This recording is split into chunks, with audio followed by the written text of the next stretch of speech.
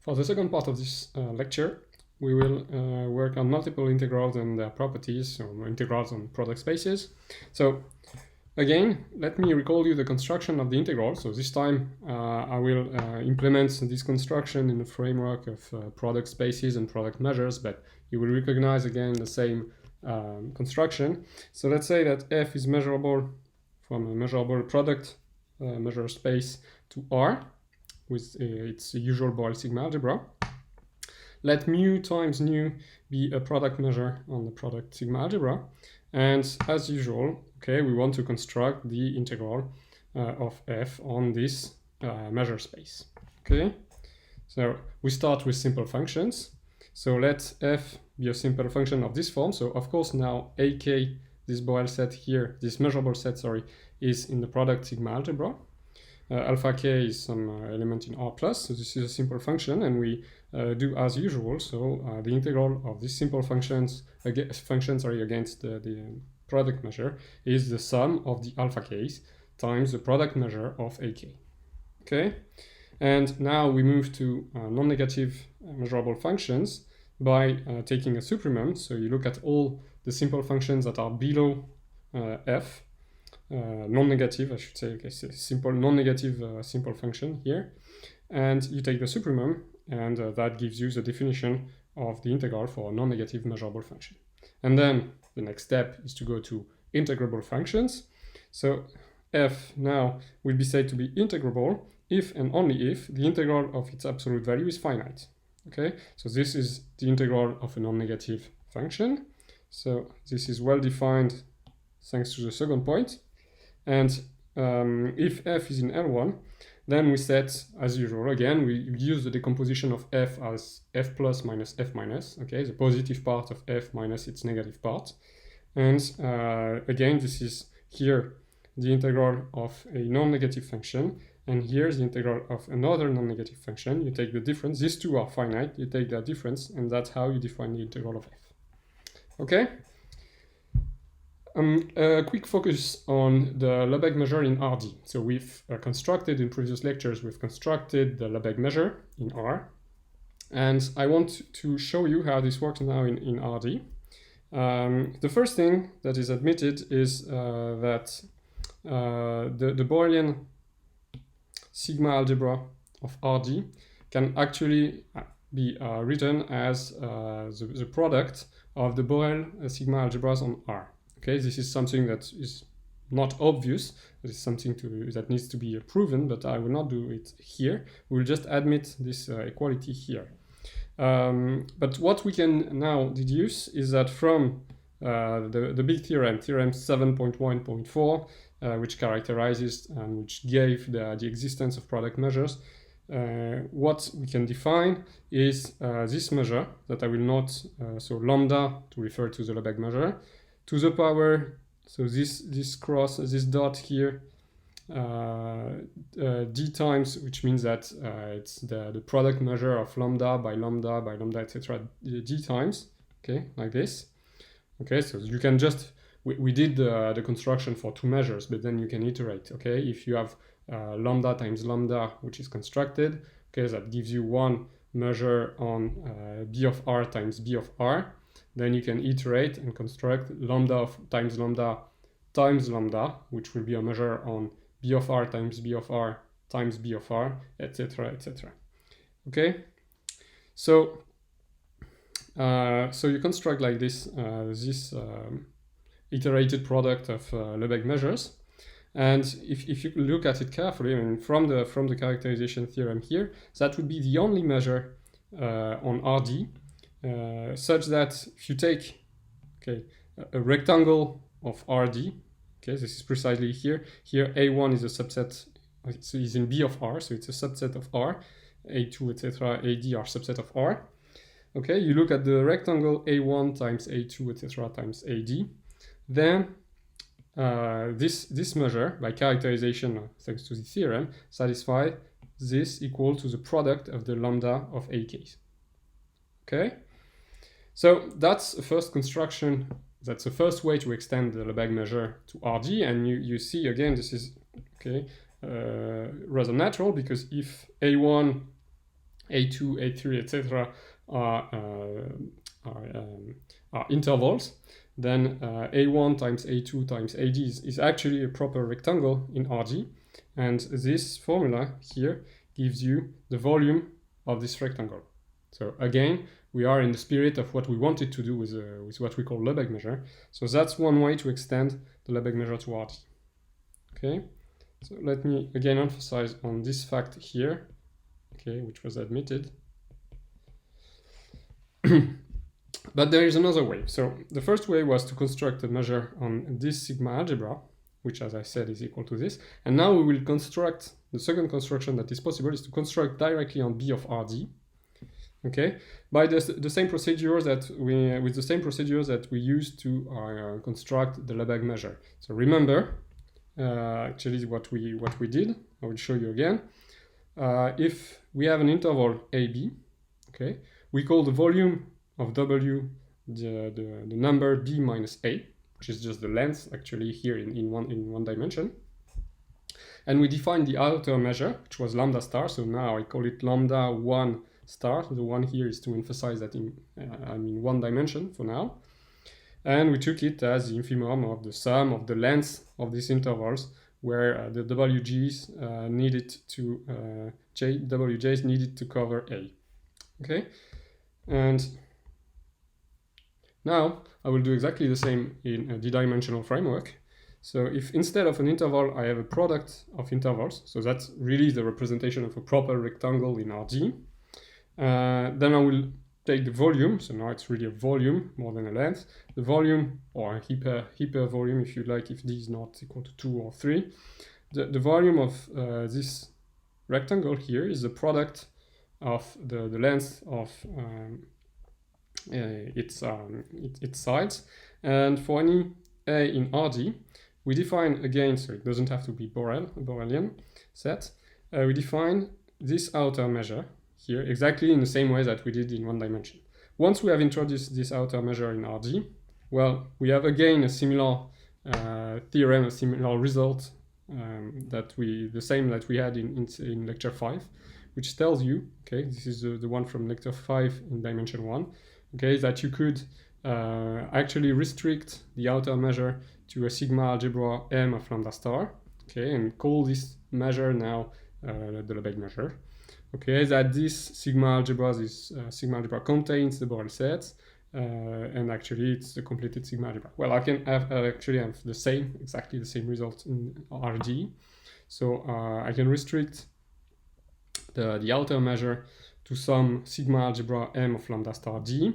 I call this measure lambda and as an exponent of parenthesis D, bracket D.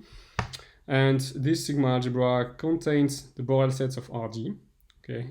And therefore you can restrict the outer measure to be a measure on the Borelian sets of RD, and you call this the Lebesgue measure of RD. And what's important in this construction then is to observe that, as in lecture 5 we had this characterization of the Lebesgue measure, which was a unique measure on B of R, such that lambda of W is equal to the volume of W. So if you take an interval AB, that's for any interval AB, lambda is a unique measure such that lambda of this interval is equal to B minus A. Well, you have exactly the same in the d-dimensional framework. Lambda parenthesis bracket D is the unique measure on B of RD, such that this is true for any rectangle, what we call a D cell W. Okay, and why is it important? Because thanks to this property, actually, and the property of the tensor measures, what we call the tensor measure that I constructed earlier, this one, satisfies exactly the same relation, and it's enough to characterize a measure on RD, okay, because this is a bisystem here, the rectangles. So my conclusion is that the two constructions are equivalent, okay? These two measures, since they verify both this equality here, they are equal not only on the D cells, but on the whole Borel set of RG, okay? And here I'm using also the fact that B of RD is equal to B of R times B of R times B of R, etc. T times. Okay, so now we have the Lebesgue measure in RD. And we will play a little bit with this measure, and in fact, I will give you a change of variables formula, which is something very convenient when you have to do computations. So I will give it in a general, I will give you a general statement, and then you'll see examples during the labs on more concrete situations where you'll be able to apply this formula. So we will work this change of variables formula. It only works for the Lebesgue measure, okay? I mean, there are other situations where it's possible, but here we focus on the Lebesgue measure. So we will need phi, which will map actually which will be the mapping that we use to go from one expression of the integral to another expression. So phi needs to be differentiable. We'll see that in the statement in the next slide. And I will need the following notation. So j phi of x is called the Jacobian determinant of phi. So how is it defined? This is the determinant of this matrix here, okay, which is a matrix in which you put the partial derivative of phi. So more precisely here, okay, consider that phi, so phi is a function from Rd to Rd. That means that phi takes a vector x1, xd like that. And what it gives is something like that. It's phi 1 of the vector x1, xd, phi 2 of the same thing, etc. Phi d of the vector x1, xd. Okay? And d phi, what we call d phi j over dxi of x, is the derivative of the function number j here with respect to its variable, to the variable number I, with respect to which it's defined. Okay? And what we will call a C1 diffeomorphism is a function, a mapping phi, which is defined from an open set of Rd to another open set of Rd, which satisfies the following 3 points. So it needs to be a bijection. So I will call phi minus 1 its inverse function. It needs to be differentiable on V with a continuous differential. So when I look at its differential, it needs to be continuous. And same for phi minus 1. Phi minus 1 is differentiable. So phi minus 1 is defined from U to V. It's differentiable on U, and its differential is continuous. Okay, so that's a C1 diffeomorphism. And I will need this to make my change of variables. So again, let U and V be open sets of Rd. Phi be a C1 diffeomorphism from V to U. With J phi, it's a Jacobian determinant. And let F from U to R be measurable. Then we have the following result. F is integrable on U. Okay. If and only if the absolute value of J phi, the Jacobian determinant, times F times f of phi is integrable on V. Okay, so one implies the other, and in that case, if any of these two conditions is satisfied, there is this equality between the integral of f on U. Okay, notice here that the Lebesgue measure of Rg. So the integral of f on U is equal to the integral on V. Okay, so you see the domain of integration here has changed. So it's the integral of on V, sorry, of the absolute value of the determinant of phi, of its Jacobian, and here that's f of phi of x, lambda of dx. Okay, so again, I'm not giving you any example right now because you will see several during the labs, but this is, okay, you can practice if you want. You can try with examples that you already know of. You can try in 1 dimension first to do a simple change of variable.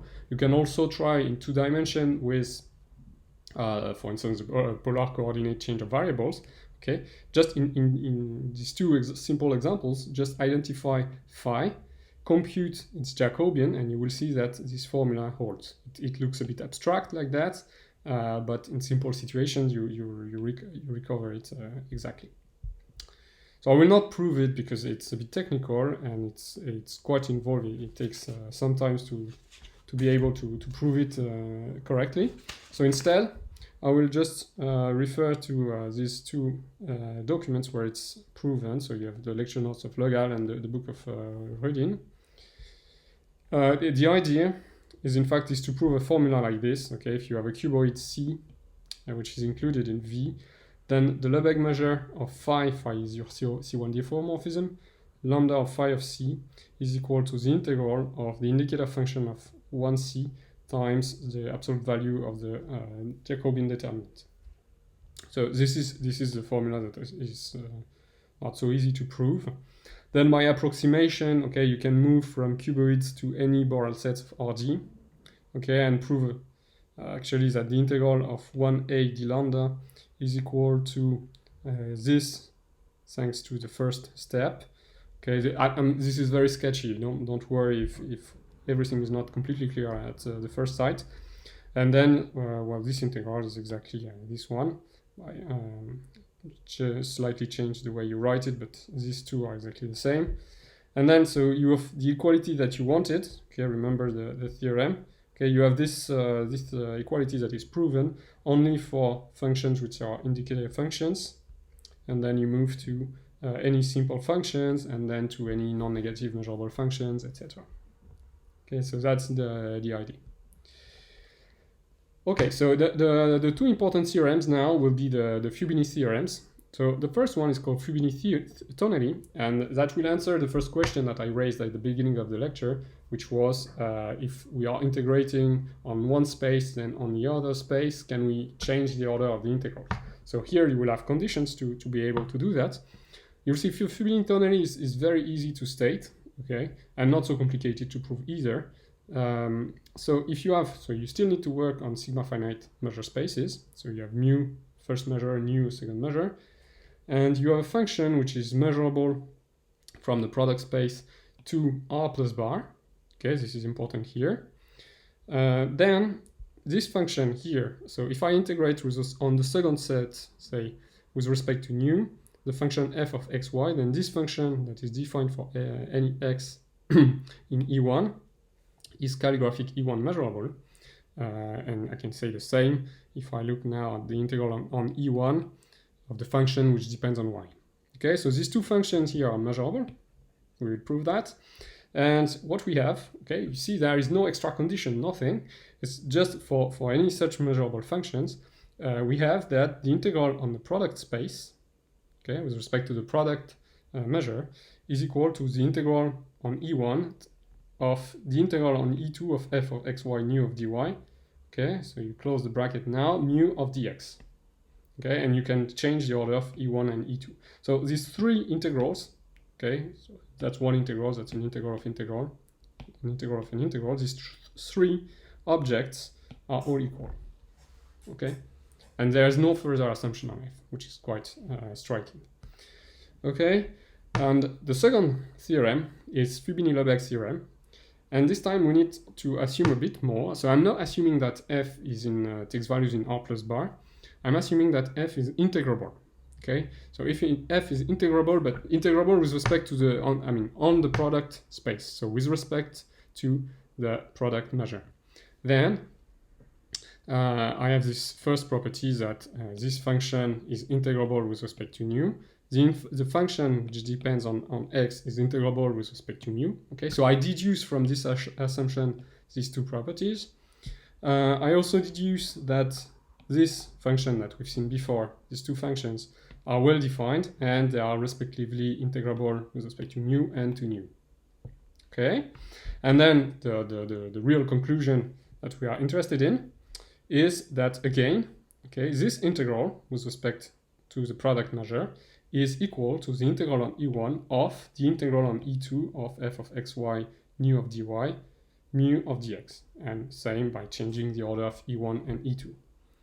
Okay, so that's Fubini-Lebesgue theorem. Let me just comment on how to apply this result. So the idea is the following. So I will remove one case, one sort of simple case. Okay, first case is, okay, if f is non-negative, okay, or say non-positive. It doesn't matter, one or the other, just as a sign which is constant. So if f is non-negative, then apply. I mean, there is nothing else to say. Okay, of course, I'm talking about measurable functions everywhere, but then you can apply Fubini-Tonelli theorem. Okay, nothing more to say. But in the second case, okay, it can be tricky because the question is, how do you check that this function f is integrable with respect to the product measure? In general, it's not obvious. So of course, okay, so say that f is integrable with respect to the product measure.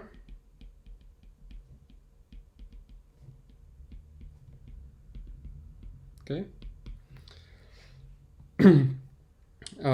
Sorry, no, you want to prove that f, okay, you need to check, sorry, you need to check that f is integrable.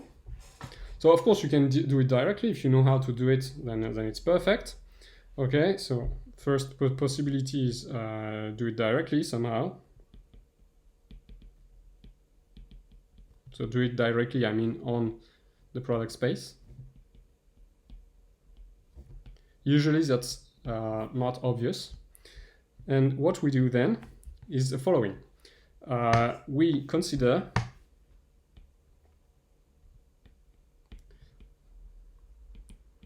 the absolute value of f.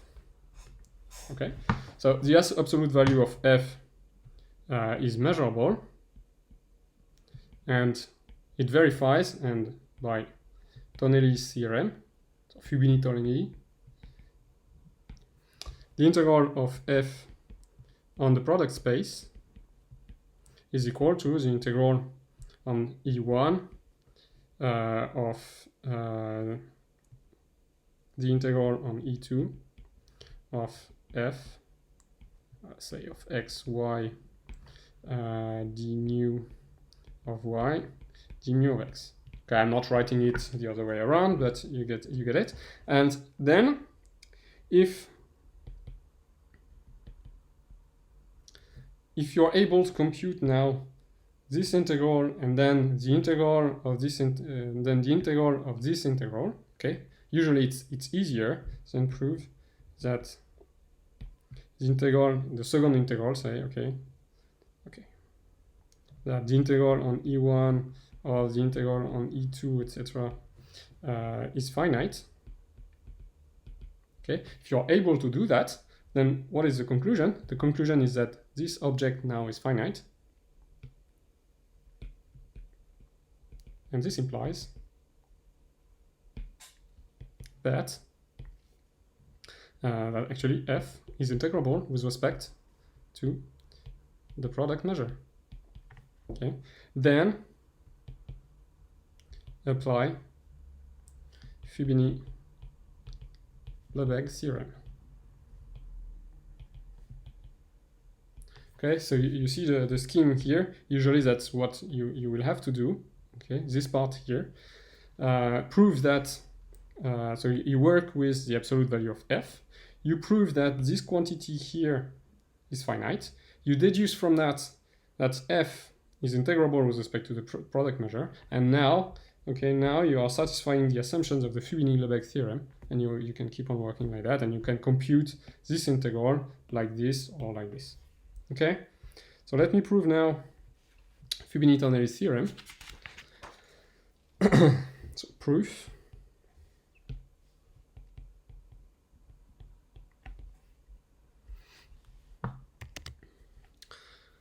You will see I will need approximately 10 minutes to prove these two theorems. So proof of the first point, so we prove it for C, f equals the indicator function of 1c, where c is in the product sigma algebra. Okay, and then we extend it as usual. So we have seen in the proof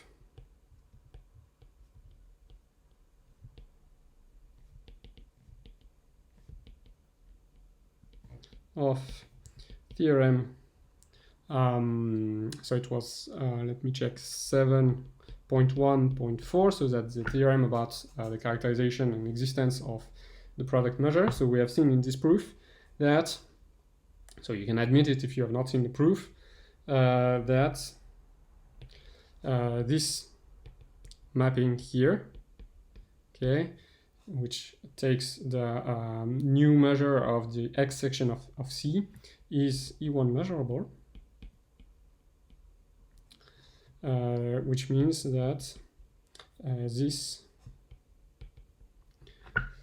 mapping here, so that the integral on E2 of the indicator function of Cx, which was f, by, sorry, it's not exactly f, but Cx of y nu of dy, which is equal to the integral over E2 of f of x y nu of dy, is measurable.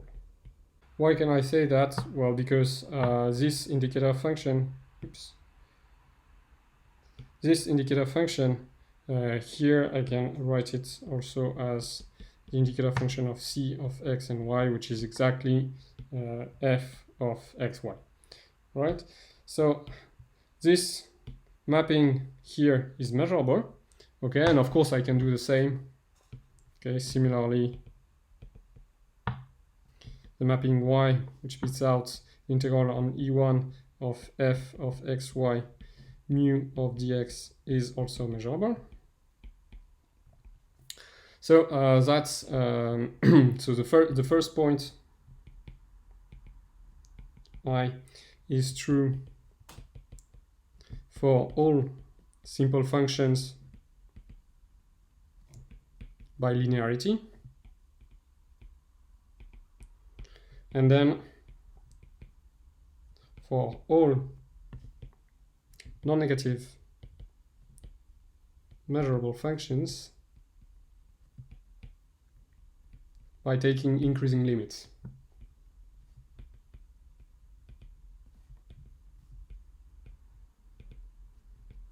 Right. Okay, so let's move to the second point, which is proving the equality itself. Okay, so for, again, I will use the same function indicator of C here for C, an element of the product sigma algebra. So for f equals to 1c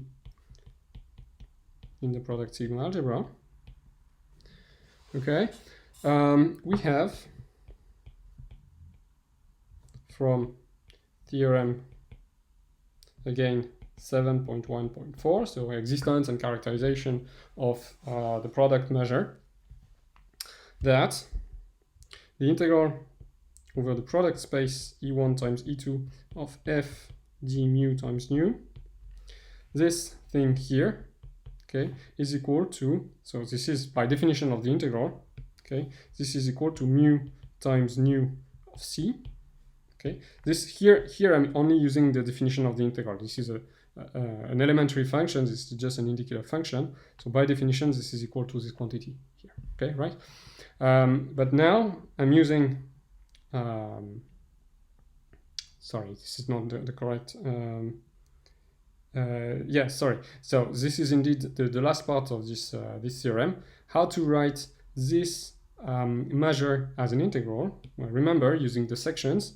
So this is equal to the integral of, say, nu of this x section of C, mu of dx. And the integral here is on E1. Okay, so let me perhaps use again this expression on my next slide. Okay. Okay, and I will continue. Okay, there is another equality. It's also equal to the integral on E2 of mu of C y, so the y section of C integrated with respect to nu. Okay, and again, remember that here what I can say is that can notice that nu of Cx is equal to the integral over E2 of the indicator function of Cx of y nu of dy. Okay, this is by definition of this integral.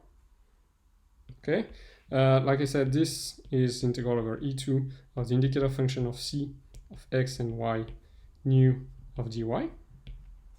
Okay, which is exactly f here. So in the end, what I get, so mu times nu of c, this is equal, so the first integral here now reads like this. This is the integral over E1 of, now I'm putting this expression here instead of nu of Cx, so this is the integral on E2 of f of xy nu of dy mu of dx. Okay, this is also equal to the integral on E2 of the integral on E1 of f of xy mu of dx nu of dy. And remember that we started here from the fact that this was the integral on the product space. Nu times nu of c is integral on the product space. Okay, so this is integral on E1 times E2 of the indicator of f. Okay, f is the indicator function of d mu times nu. Okay, so we have proven this. Okay, so the equality, sorry, from the second point is true. So it's true for functions of the form indicator of some measurable set. So it's true by linearity for any simple function, simple non-negative function, and true for any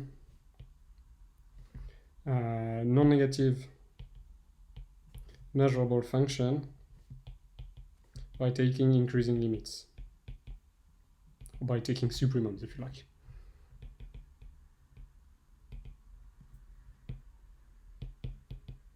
Okay, so I can now prove Fubini-Lebesgue theorem. So I will rely on Tonelli's proof. So in view, so actually apply the previous theorem to the absolute value of f, okay, to get that the integral over E1 of the integral over E2 of f d nu d mu, okay, this is the integral on the product space. Oops, sorry. E1 times E2 of the absolute value of f d mu times nu, and by assumption this is finite. Okay, this is by assumption.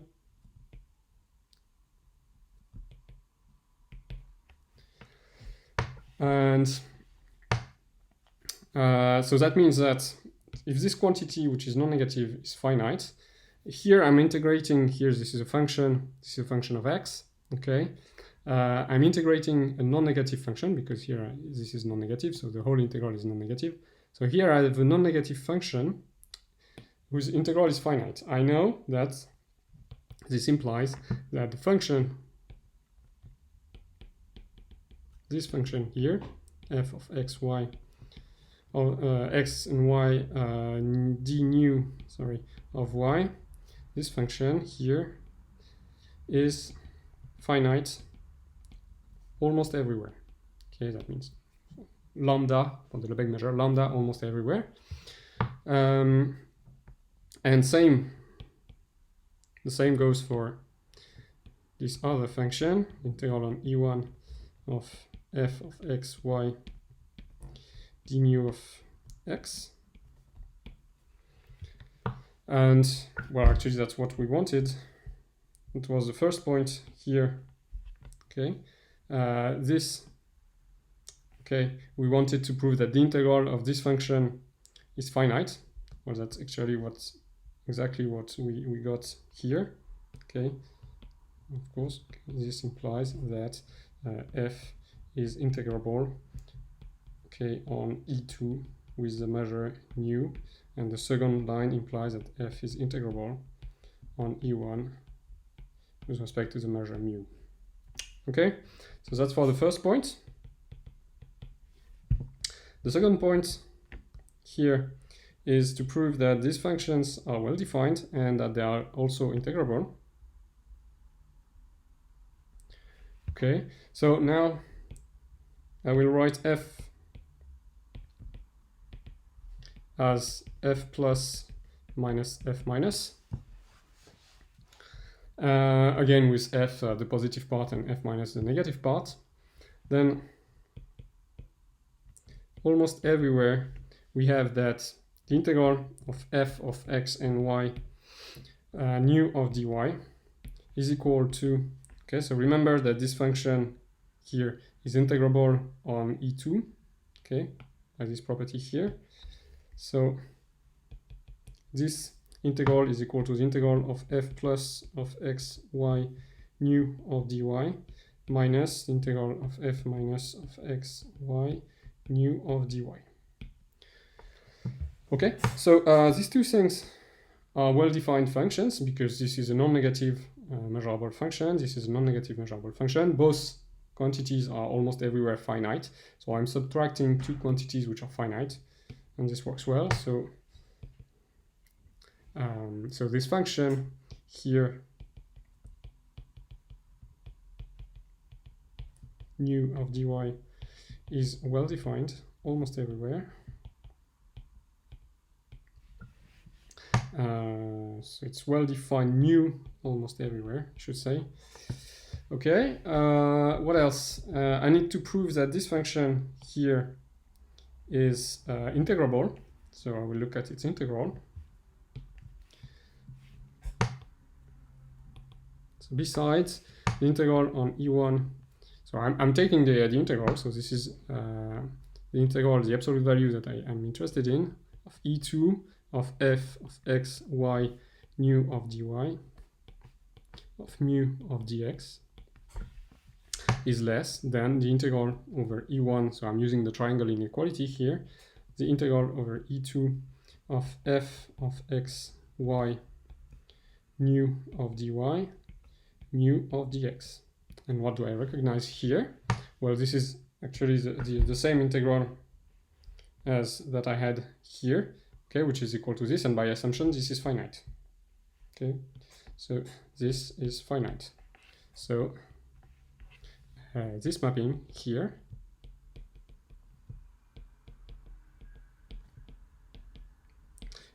okay, it belongs to L1 of E1 mu. Okay, same for this mapping, okay, which is well defined, f of x and y mu of dx, and which belongs to L1 of E2 mu. Okay, so that's for the second point. And the third point now is really easy, you'll see. I have nothing to do, because I just consider f plus and f minus, sorry. So you can apply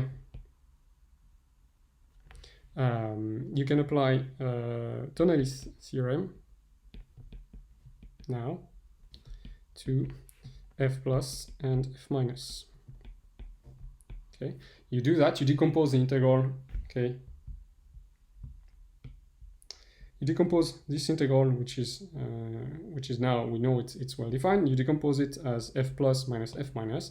You know that the integral of f plus d mu nu is equal to this integral when you put f plus here. Same for a minus, and then you play with the f plus and the f minus, and you get to this this equality. Okay, so that's it for the proof of Fubini-Lebesgue theorem. And the last thing I want to discuss is an application of the Fubini-Lebesgue theorem. And I will introduce this object, so don't worry, this is the end of the lecture, I know, and we will have actually plenty of time to discuss this object that I call the characteristic function.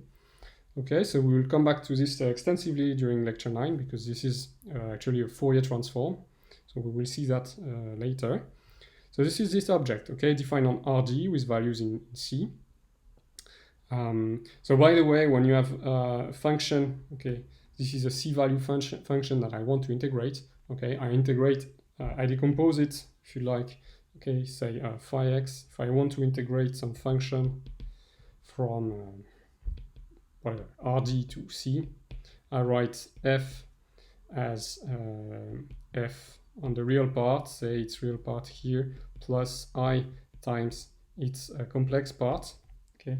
So I have now two real valued functions, fr and fc, and I know how to integrate fr, I know how to integrate fc, so the integral of f, okay, very formally, but this is the same as that we did for the negative and positive part, okay, so the integral of f is equal to the integral of fr by definition, okay, plus I times the integral of fc, okay, so don't be surprised here when I integrate a complex valued function. So I have this function, which is defined as the expectation of exponential I tx, so that's the scalar product in RD of some vector t times a random variable x, which is RD valued, okay, which I can also write like this. Okay, note here is that I use the transfer theorem here to write this expectation as an integral with respect to the image distribution of the law of x, if you like. And what I want to, I will state a fact now that we will see later, like I said during lecture 9. But the characteristic function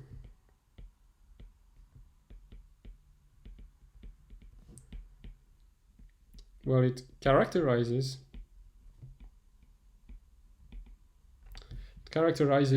the law of the random variable x. Okay, so we'll see that later, but that really means that if x and y have the same characteristic function,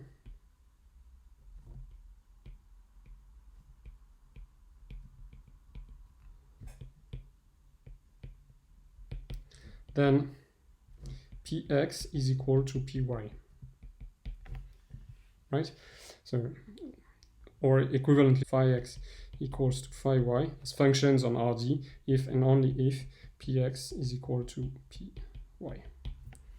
Okay, so we'll see that later. That's a property of the Fourier transform here. And what we get is the following characterization of independence. Okay, so let x be a random vector in R. So x1 is real valued vector. Each component is a real valued random variable, and x is a random vector in RD. Okay, in RD.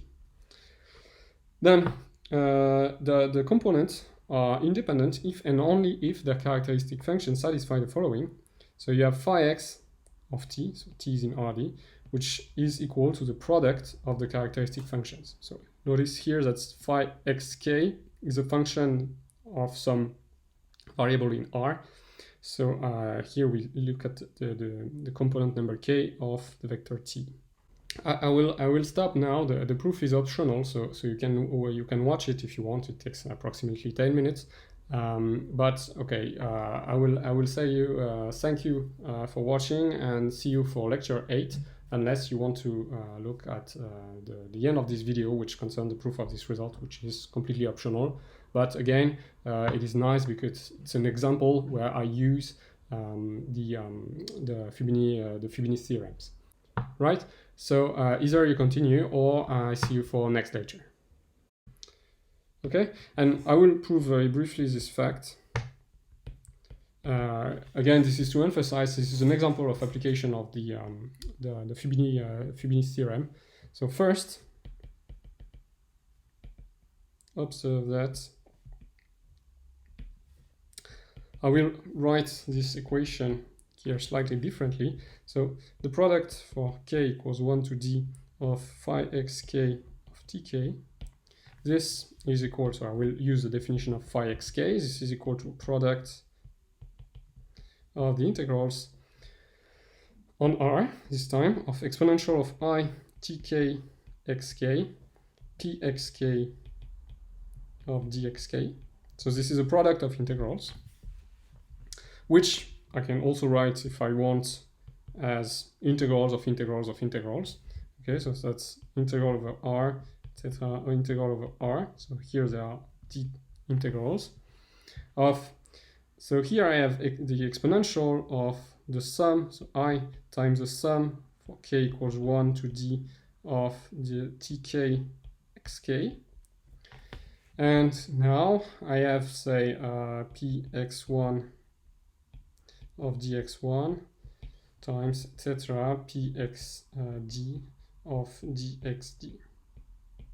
Okay, and I will use this. So now I will apply. I want. Okay, now let me tell you what I want to do.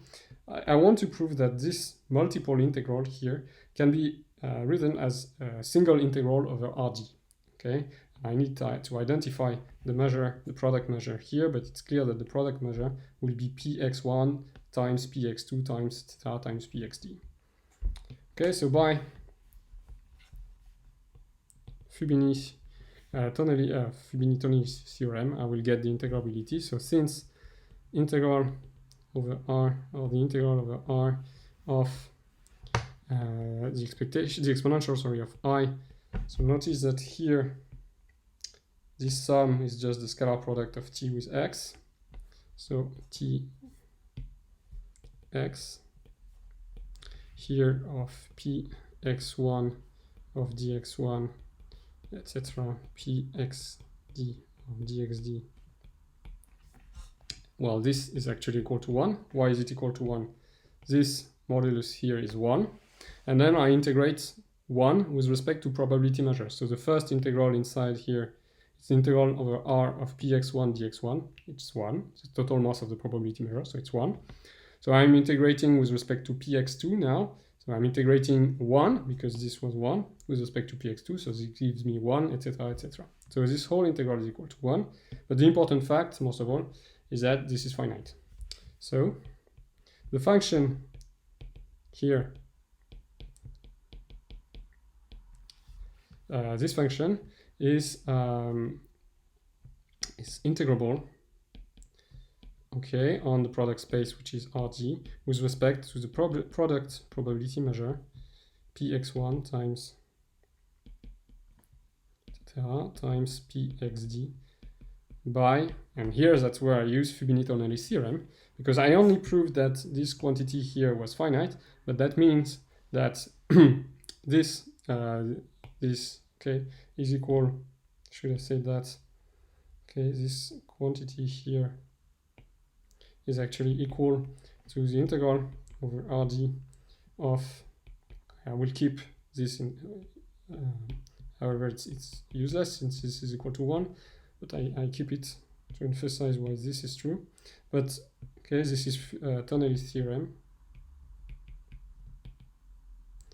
Okay, and this is px1 times theta times pxd of dx. Okay, and so since this quantity, like I said, is finite because it's equal to this quantity, that means that this function is integrable with respect to the product measure. And finally, sorry, I can apply Fubini-Lebesgue theorem.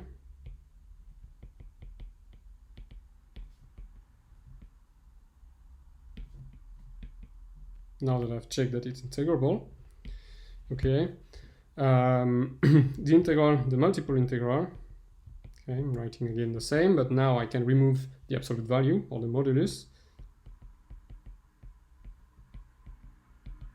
dpx1 of dx1, etc., dpx2 of dx2. Okay, this is equal to the integral on the product space of exponential itx times the product measure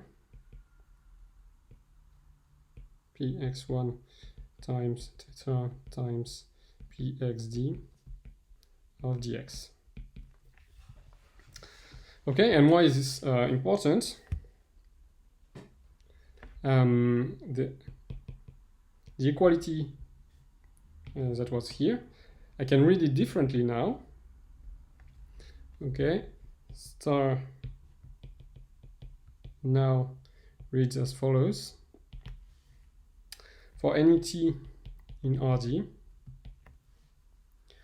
phi x of t is equal to the integral over Rd of exponential itx, well, the previous integral, px1 times theta times pxd of dx. And since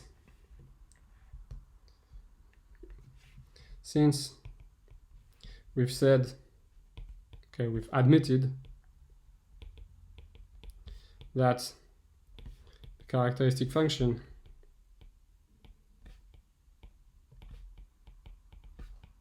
characterizes the law, characterizes the measure, we deduce that the equality star holds if and only if px is equal to the product measure px1 times etc. times pxd. Okay, so again, I'm saying this again, but star now, what we've proven that star holds if and only if these two measures, px and this measure, this product measure, are equal. And what do we know from, so it was one of the previous results of this, this lecture, we know that these random variables are independent if and only if their joint law can be written as a product measure. Okay, okay, if and only if, if and only if this equality is satisfied, which is equivalent to x1, etc., xd are independent.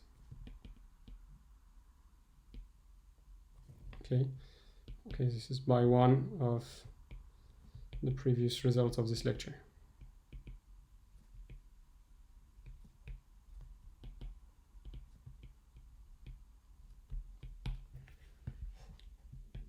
And this concludes this proof.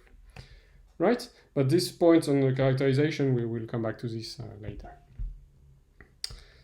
So this is the end of this lecture. Thanks for watching. Here you have the references as usual, and see you for lecture 8.